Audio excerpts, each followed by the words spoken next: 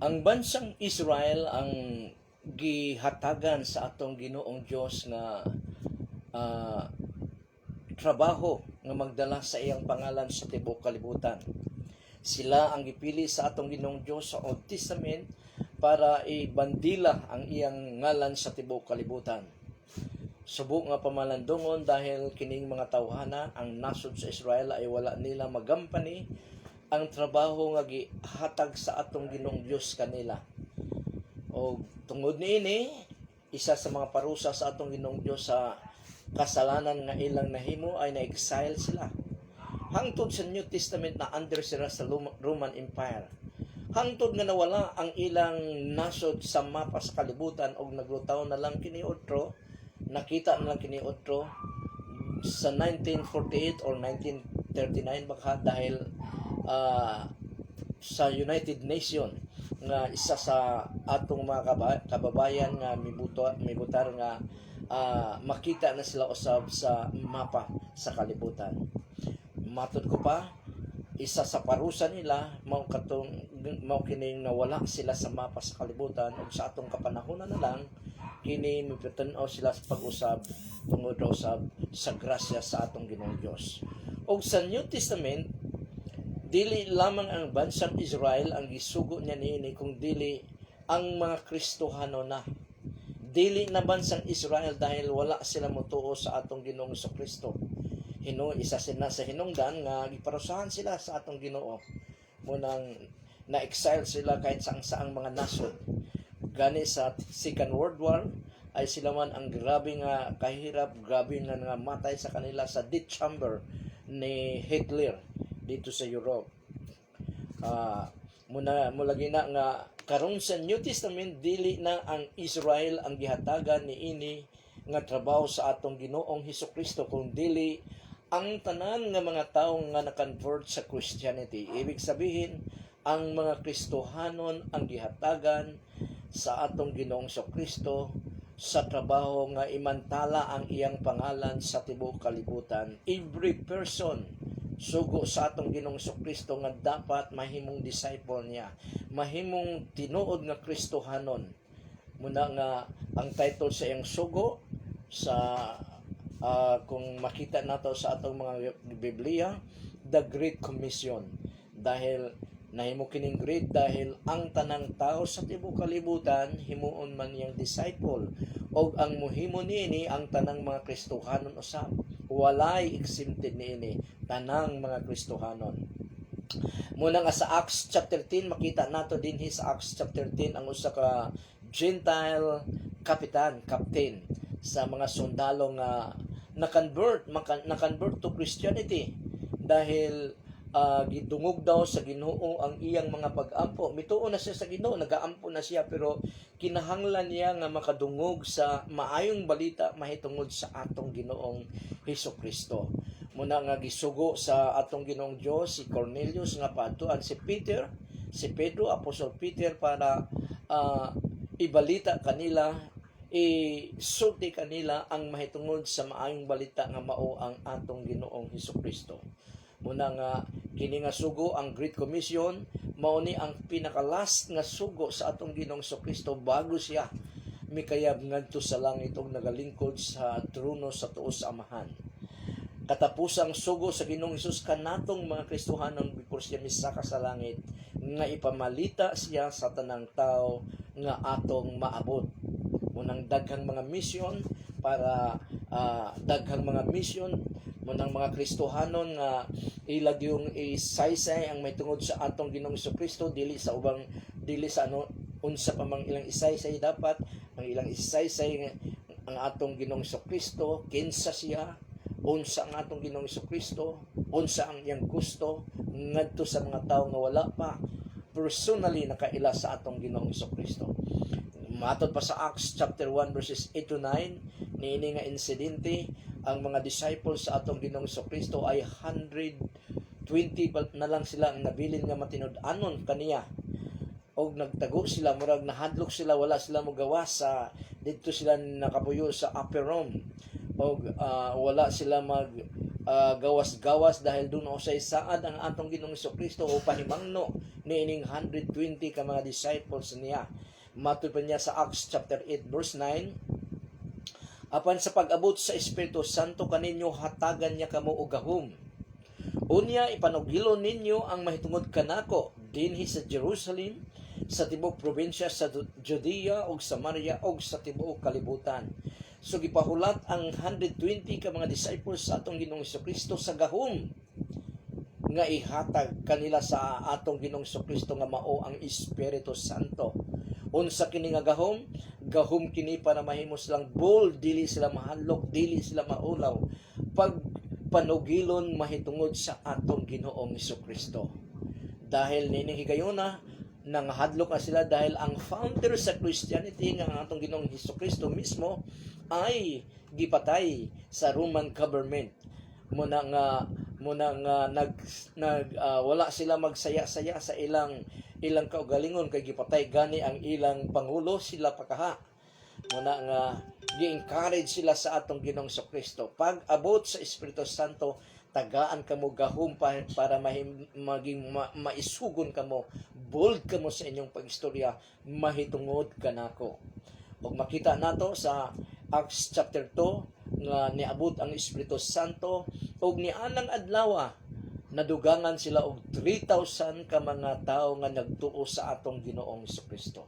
Muna nga specific ang gahom nga gihatag sa atong Ginoong Jesucristo nining gayuna, gahom sa pagsulti nga way kahadlok mahitungod kaniya ngadto sa mga tawo nga wala pa mituo kaniya. Verse 9 ng Acts chapter 1. Pagkahuman niya sulti niini, pagkahuman og sulti ni Jesus Christ nga hulaton ang gahom sa Espiritu Santo, pagkahuman niya sulti niini, gikayab siya ngadto sa langit ug samtang nagtan-aw sila kaniya nga gikayab, gilibutan siya sa mga panganod ug unya nawala siya sa ilang pananaw. Pagka magsulti ni Jesus Christ sa iyang last commandment about evangelism, about sa pagsugid kaniya ngadto sa mga tawo nga wala pay relasyon kaniya, gikuha dayon siya sa mga panganog ug gisapnay siya pabalik ngadto sa langit. Ug sa mga sumunod nga verse niani nga kuan nga matud pa sa duha ka anghel nga nagpakita kanila nga kung paano si Jesus Christ sinapnay sa mga panganod papuntang langit, mao gihapon ang iyang pagbalik din sa kalibutan, sinapnay sa mga panganod sa pagbalik niya nining kalibutan na. So gisugo kini sa Ginoong Hesus tungod sa iyang desire. Desire niya, iyang gusto sa iyang desire nga ang tibuok kalibutan o ang tanang katawhan iyang makauban sa langit kung dili ang tanang tawo nga iyang binhanaw. Gisugo niya kadili kita lang ang iyang makauban sa iyang langit kung dili ang tanang tawo nga iyang mga binuhat. Yun ang desire sa atong Ginoong Jesucristo. Ito ang sayop sa mga Hudiyo dahil giangko nila nga sila lang. Ang ubang mga tao, ang ilang tan-aw ay wala ginada dahil wala daw sila Ginoo. Muna nga yun ang sayop sa mga Hudiyo. Matod pa sa unang Timothy chapter 2 verse 3, maayo kini nga buhaton ug malipay ang Dios nga atong mangluluwas. Unsa daw malipay ang Dios nga atong mangluluwas? Verse 4. Kay buot niya nga ang tanang mga tao maluwas ug masayod sa kamatuoran. Sumao ni ang desire sa Dios Amahan maingon mo usab sa atong Ginoong Jesucristo nga ang tanang tao maluwas ug masayod sa kamatuoran. Unsa ba kining kamatuoran? Matod pa sa atong Ginoong Jesucristo sa iyang claim sa iyang kagalingon, I am the way, the truth, and the life. Siya ang kamatuoran. Ako ang dalan, ang kamatuoran, ug ang kinabuhi. Walay makaadto sa Amahan kung di pinaagi kanako. Mao na ang claim sa atong Ginoong Jesucristo sa John chapter 14 verse 6. Muna nga kitang tanan dili magkaroon ng kahibalo sa kamatuoran ang usa ka tawo kung dili siya matudluan sa kamatuoran nga anaa sa written word of God sa mga tao, mga Kristohanon nga nakahibalo kung unsa ang kamatuoran.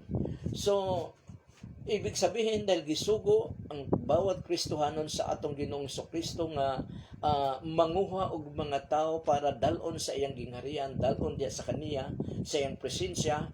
So ang tawag ni ana nung sila ni Peter, James, iyang mga disciples or apostles ay iyang gi-pick up, gipili niya, matud pa niya dahil si Peter ug si James, John, Andrew ay mga mangingisda. Matod pa niya nga, I will teach you to fishers men. Tudluan ko kamo sa pagpangisda sa mga tao. So paano ba mangisda sa mga tao para dalon nato sa atong Ginoong Kristo, sa mga Kristohanon? Paano ba mangisda ang mga Kristohanon sa mga tao para madala nato ngadto sa atong Ginoong Kristo para makasulod sa iyang gingharian? Number 1, mag-invite gid ta para sa mamati sa pulong sa Ginoo. Dili atong imbitahon kadtong mga Kristohanon na ubang mga Kristohanon nga para sayo na sila maka-invite ng mga Kristohanon sa nilang imbitahon. Matod pa sa ubang sulti nila ni ana ay nangisda sila sa fish pan.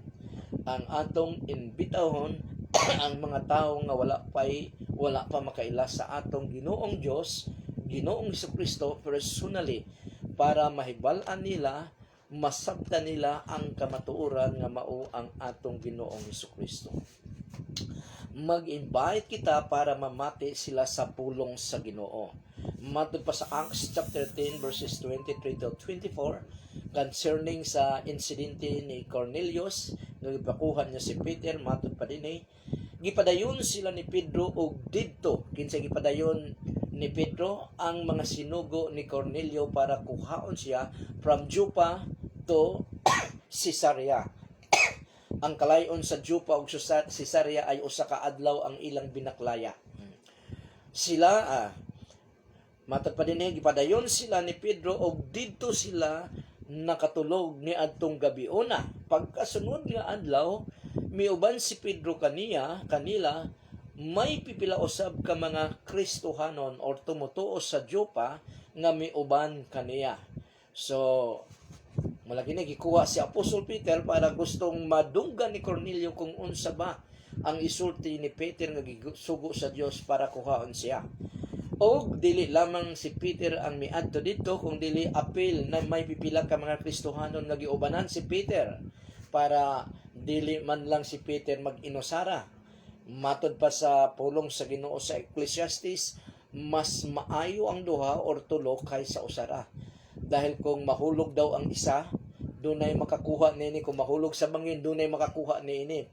Pero kung siya mag-isa, walay makatabang sa iya. Ang PC daw, ang lubi daw nga tulo or duha, mas lig-on kaysa usa. Kung ma-discourage ang usa, kung naiyang kauban, ma-encourage pa siya pwede ba siyang i-encourage siyang kauban, pero kung siya lang isa, walay maka-encourage siya. Munang importante kayo nga ubanang gid nato ang atong mga kauban. Kay matod pa dinhi, may pipila usab ka mga tumutuo sa Joppa nga miuban kaniya, miuban kay Peter. Verse 24. Pagkaugma miabot sila sa Caesarea, so dinhi nato makita nga ang Caesarea from Joppa to Caesarea is one day. More or less one day ang pag-travel ni ini. Siguro nagsakay sila kabayo o camel baka o nagbaklay lang sila. One day nga binaklaya. So dili basta-basta.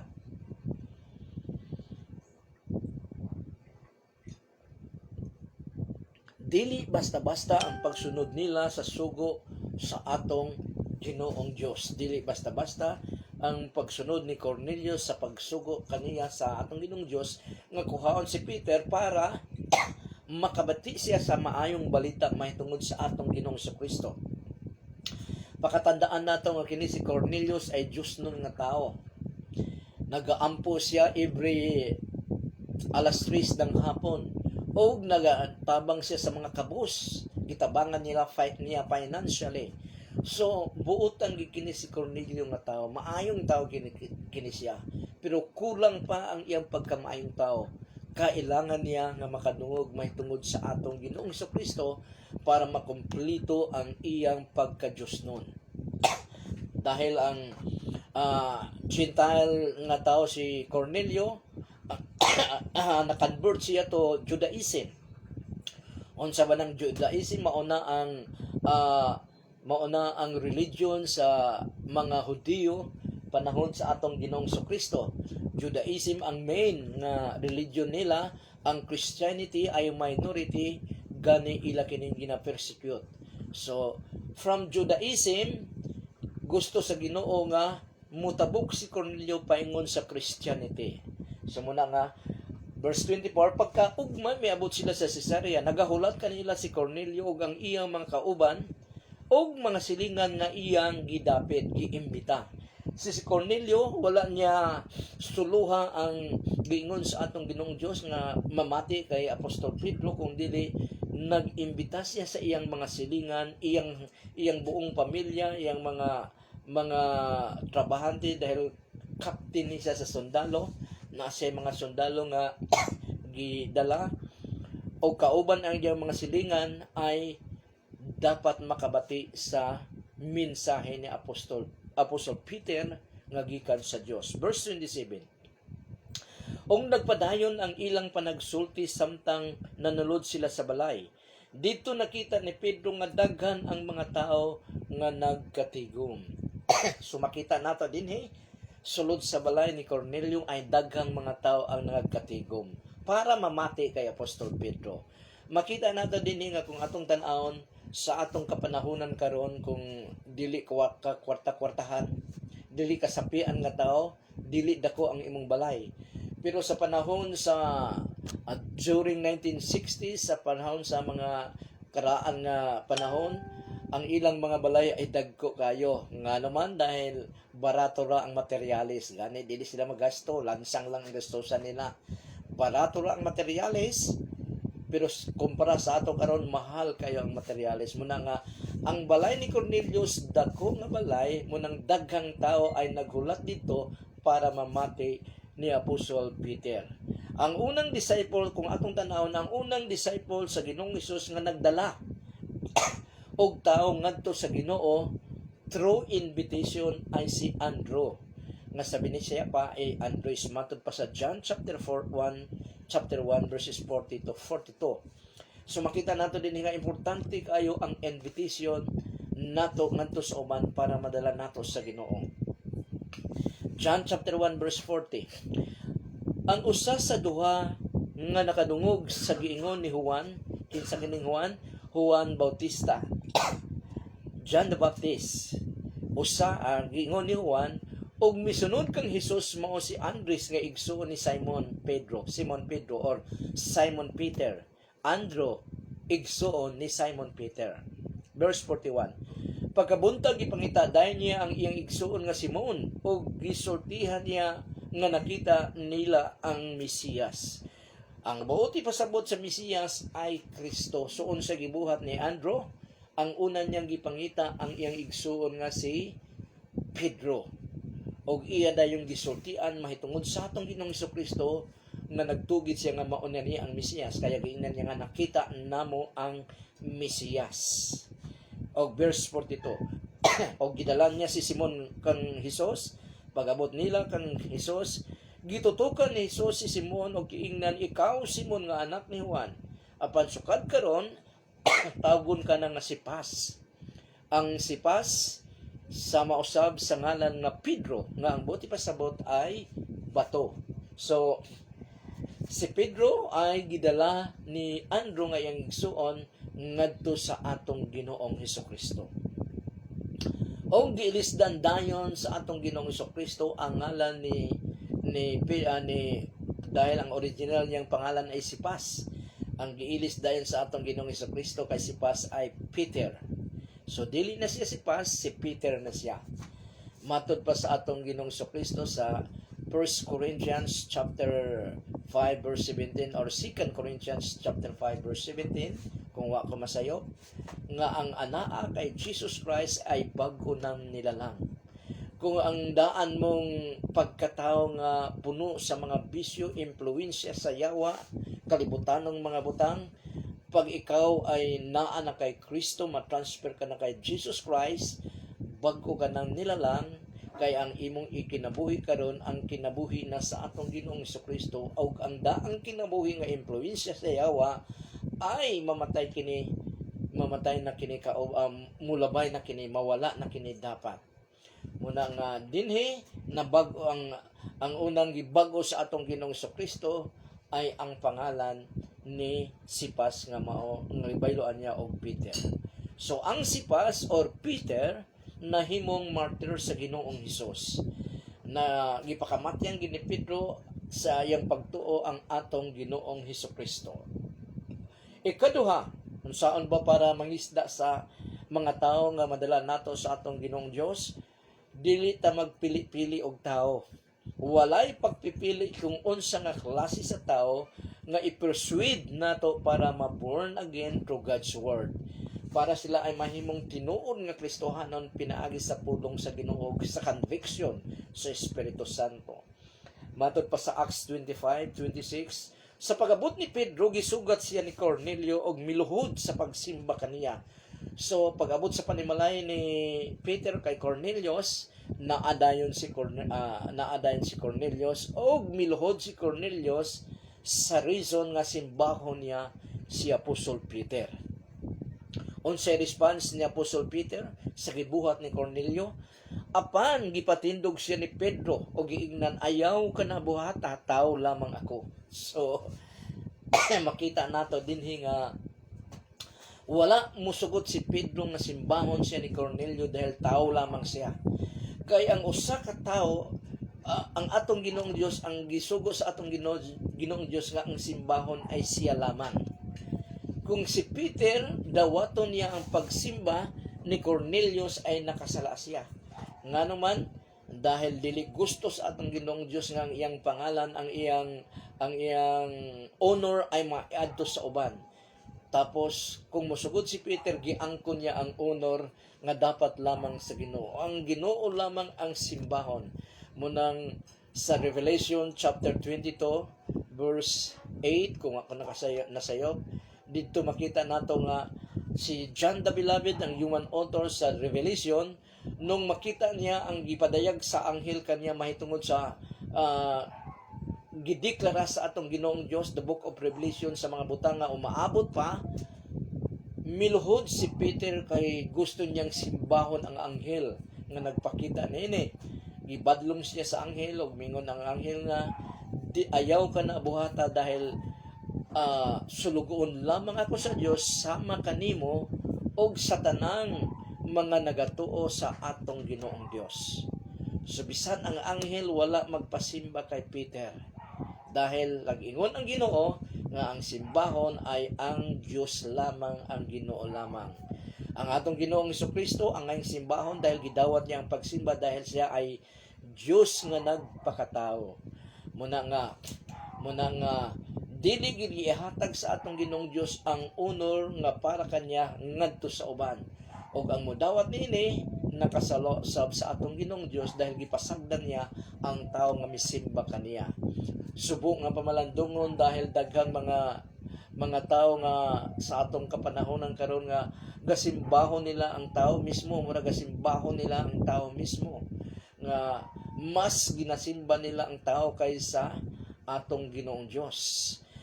Now sa mga religion nga mao gihapon, pero nya na misulti si Pedro kanila, verse 28. Nakahibalo kamo nga kaming mga Hudiyo gidid-an sa among reliyon nga mobisita o makig-uban sa mga dili Hudiyo. Muni ang problema. Dahil sa religion sa Judaism ay bawal ang Hudiyo nga makihalubilo sa dili Hudiyo. Muni ang sikyat sa mga Hudiyo dahil gihatag sa Ginoo ang trabaho nga ang iyang pangalan maisulti, maipadayag ngadto sa tanang tao sa kalibutan, pero wala nila buhata o gani gikontra nila ang sugo sa Ginoo dahil gidid-an nila ang mga Hudiyo nga mobisita o makig-uban sa mga dili Hudiyo, bawal. Matod pa dayon pa si Apostol Peter, apan gipadayag sa Dios kanako nga dili ko angay isipon nga hugaw si bisan kinsa. Ang tan-aw sa mga Hudiyo sa mga dili Hudiyo, dili Judaism ay hugaw. So kung kita ay mo dala sa tao ngadto sa atong Ginoo, wala gi pagpili-pili. Dili kita mamili bisag sa tan-aw nato nga ako di na gini wala na gini pag-asa, di na gini madutlan sa pulong sa Ginoo. Ang Ginoo ang nag-convict sa usa ka tawo, dili ang tawo. Muna nga dalon ginato, walay pili-pili. Verse 29. Busa sa dihang gipasuguan ninyo ako nga moanhi dinhi, matud pa ni Peter, wala ako mobalibad. Karon gusto kong mahibaluan kon nga anong gipatawag ninyo ako. So makita nato dinhi nga ang Dios, ang atong Ginoong Dios gyud kung magsugo dili tanan ihatag. Dili finish na tanan, kung dili dapat ang iyang gisugo mulakaw gihapon sa pagtuo. Ningon niya sa iyang pulong sa tanang mga Kristohanon, walk by faith, not by sight. So pwede mo untang isulti na daan sa Ginoo kay Peter nga adto dito muna istoryahay sila mahitungod sa Ginoong Hesukristo, pero walang kaninya buhata. Muna nga nag-ingon siya nga karon gusto kong mahibaluan, matud pa ni Peter, kung nganong gipatawag ninyo ako. Wala isulti sa Ginoo kung kang Apostle Peter ko ang tuyo sa Gentile person kaniya. Isa kini sa hulagway sa paglakaw sa pagtuo sa usa ka Kristohanon. Matud pa sa 2 Corinthians chapter 5 verse 7, kay sa pagkakaron nagakinabuhi kita, kinsa giingnan ani ni Paul ang mga Kristohanon sa Korinto. Matud pa niya, kay sa pagkakaron nagakinabuhi kita pinaagi sa pagtuo og dili sumala sa atong nakita. Mauna ang faith. Believe and you can see. Dili kay to see is to believe. Baliktad. Believe and you can see. Muna nga ang mindset sa kalibutan o mindset sa atong Ginoong Kristo layo gyud. Baliktad gyud, contrary. Sa kalibutan to see is to believe. Ngunit sa espiritual sa atong Ginoong Kristo, believe and you can see. Kay sa pagkakaron nagakinabuhi kita pinaagi sa pagtuo og dili sumala sa atong makita. Ikatulo, paano ba kita magdala og mga tawo ngadto sa atilan sa atong Ginoong Kristo? Iampo nato sila. Pray for soul winning. Iampo nato sila nga pag nadungog nila ang pulong sa Ginoo ay anaadayon ang conviction sa Espiritu Santo, og ang gikonvict niya ay dili magmagahi sa iyang kasing-kasing, dili ipairal ang iyang garbo, kung dili pamatian niya ang conviction sa Espiritu Santo. Kung sa safeguard pa, kini ang akong konsyensya. Manang pamatian niya ang conviction sa Espiritu Santo. Acts chapter 10 verses 30 to 31, mitubag si Cornelio. Ay, samok ng ubo.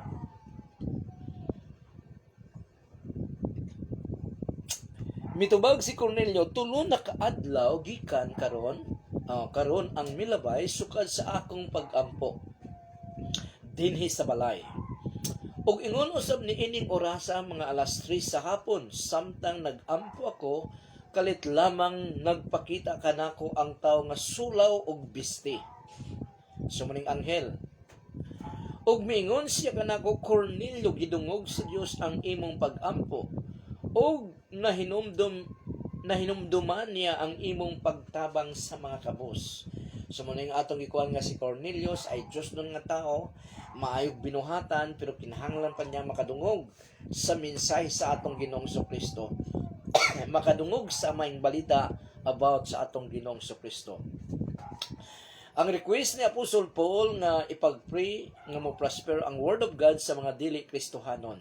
So yun nga iampo ginato. Muning gingon ni Apostle Paul sa 2 Thessalonians chapter 3 verse 1. Karon mga igsuon, kinsa ning mga igsuon ni Apostle Paul, igsuon sa pagtuo, the Thessalonian Christians. Karon mga igsuon, pag-ampo kamo, alang kanamo, nga ang pulong sa Ginoo mo kailap sa uban pa nga mga dapit ug dawaton sa mga tao uban ang pagpasalamat sa Dios sama sa inyong pagdawat. Sumunang pag-ampo ni Apostle Paul, gisugo niya ang mga Thessalonian Christians nga iampo sila nga sa panahon nga ilang ipadayag, ilang itudlo ang pulong mahitungod sa atong Ginoong Kristo, ay open sila og dawaton nila sama daw sa mga Thessalonian Christians nga ingon niya na ang pagdawat nila. Ikaupat, how to fishermen spend money sa pagdala mo mga tao ngadto sa Ginoo. Kailangan mo gastos kayon. Kung mo imbita ka, tapos gutom mo na imong giimbita, mag-ingon na imong giimbita nga muna mag kuana mo na mag nagkuan na akong tiyan, nagdaguok ng akong tiyan, pakanon mo na o paisnakon mo baka muna nga sa pag-imong pag-imbita gastusan mo gid ni siya. Spend money sa pagdala mo mga tawo ngadto sa Ginoo. Gani ang gisugo ni Apostol ani Cornelius ngadto pagkuha kay Apostol Peter ay parang mga 3 days man bago sila nakabalik sa balay ni Cornelius. So kinahanglang gastos to sa pag-adto dito ug pagbalik. Acts chapter 13 verses 32 to 33. Karon pagsugo og mga tawo nga moadto sa Jopa ug ipakuha si Simon nga gitawag og Pedro. Didto siya magsakaan sa balay ni Simon usab nga tigbulad og panit sa mananap. Ang iyang balay anaa daplin sa baybayon. So si Apostol Peter siguro nagbisita lang dinhi sa Jopa ug ang iyang gisakaan nga balay katukayo niya kaparehas niya ngalan sangay niya. Sa Binisaya sangay, sa Tagalog tukayo. Katukayo niya og ang iyang balay daw sa iyang katukayo nga si Simon gyapon anaa daplin sa baybayon. 33. Busag ipatawag ko ikaw dayon, matud pa ni Cornelius, og salamat nga miabot ka. Aniya na kaming tanan sa presensya sa Dios aron maminaw kung unsa ang gisugo sa Dios kanimo nga isulti kanamo. So ang Ginoong Dios no, grabe gid ang Ginoong Dios. Gitagaan niya oportunidad, gitagaan niya og opportunity nga ang usa ka tawo ay makashare sa iyang buluhaton nga maggamit niya. Pwede naman yang ang anghel na ang mo sulti ni Cornelius og sa iyang mga kauban og mutuodan siya ni Cornelius pero wala niya buhatag kini. Gigamit niya ang mga Kristohanon para maabot si Cornelius o mahayagan ang ilang huna-huna ang ilang kasing-kasing mahitungod sa atong Ginoong Hesukristo. Ani ana kaming tanan sa presensya sa Dios aron maminaw kung unsa ang gisugo sa Dios kanimo nga giisulti kanamo. Gastusan ginato ang pagdala og mga tawo ngadto sa Ginoo. Matud pa sa atong Ginoong Hesukristo sa Lucas chapter 16 verse 9, busa asultihan ko kamo gamitan ninyo ang inyong bahandi dinhi sa kalibutan alang sa pagpakighigala aron sa pag-abot sa adlaw nga mahurot na ang kalibutanon nga bahandi apil na ang kinabuhi dawaton nila kamo didto sa puloy-anan nga wala nay katapusan. So gikuan gid sa Ginoo nga ang atong paghago ang atong paggamit sa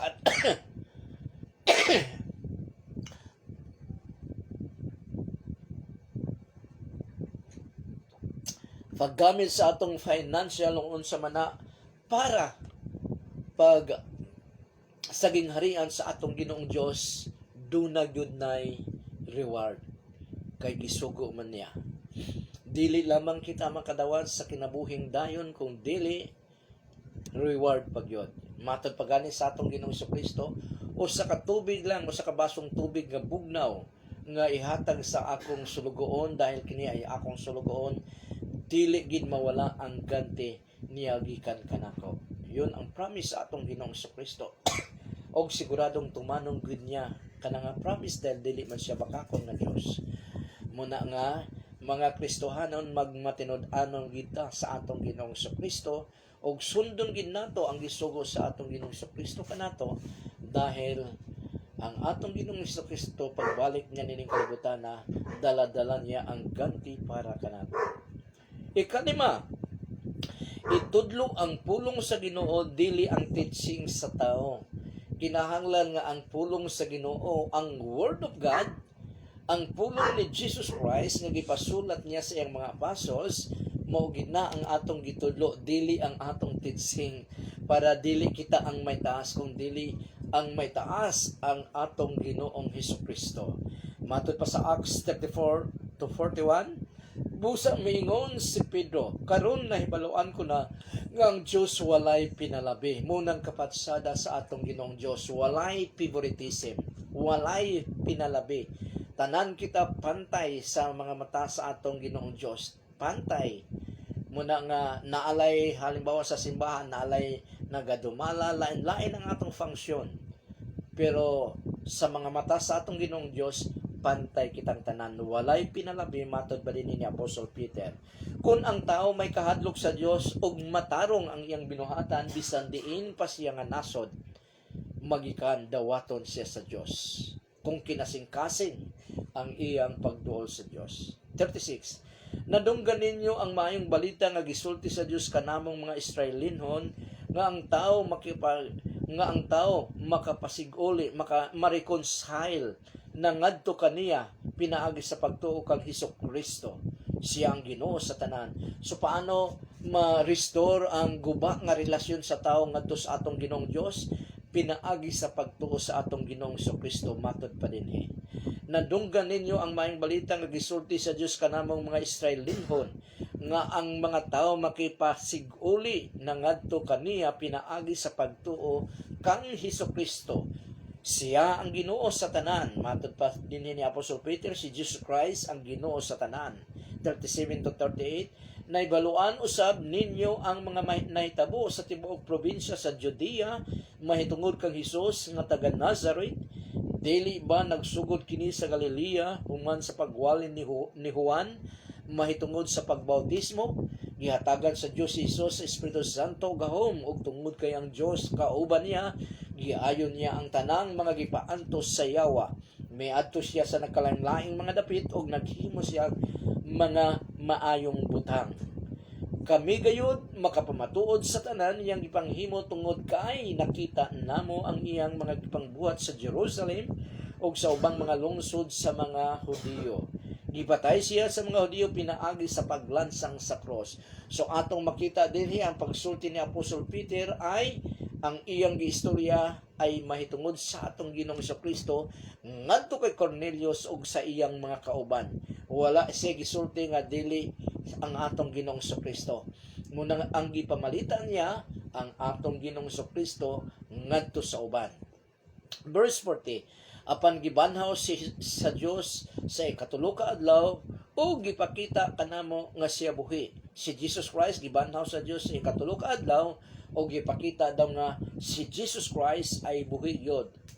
Verse 41. Wala siya gipakita ngadto sa tanan kun dili kanamo lamang nga mga pinili sa Dios, isip mga tigpamatuod mahitungod kaniya. Nakig-uban pagani kami kaniya sa pagpangaon o pag-inom human siya mabanhaw. So, si ang gipakitaan daw sa resurrected Christ ay ang mga tigpamatuod katong mga sulugoon sa Ginoo. Sila ni Apostol Peter, ug mabasa nato din sa Acts nga 500 ka people pa ang gipakitaan ni Jesus Christ after his resurrection. Unsay gibalita ni Apostol Peter ang mahitungod lamang sa atong Ginoong Hesukristo para masayran nila ni Cornelius o mga kauban.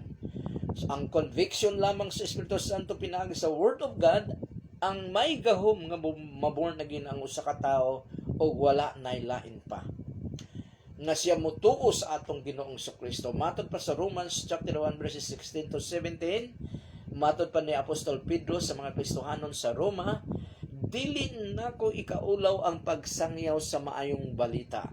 Nganuman kay mao kini ang gahom sa Dios sa pagluwas sa tanang nga nagatuo, una sa mga Hudiyo ug sunod sa mga dili Hudiyo.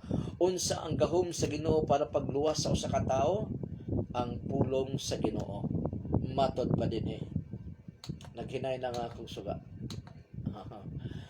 Matod pa dinhi kay mao kini ang gahom sa Dios sa pagluwas sa tanang mga tawo, una sa mga Hudiyo ug sunod sa mga dili Hudiyo.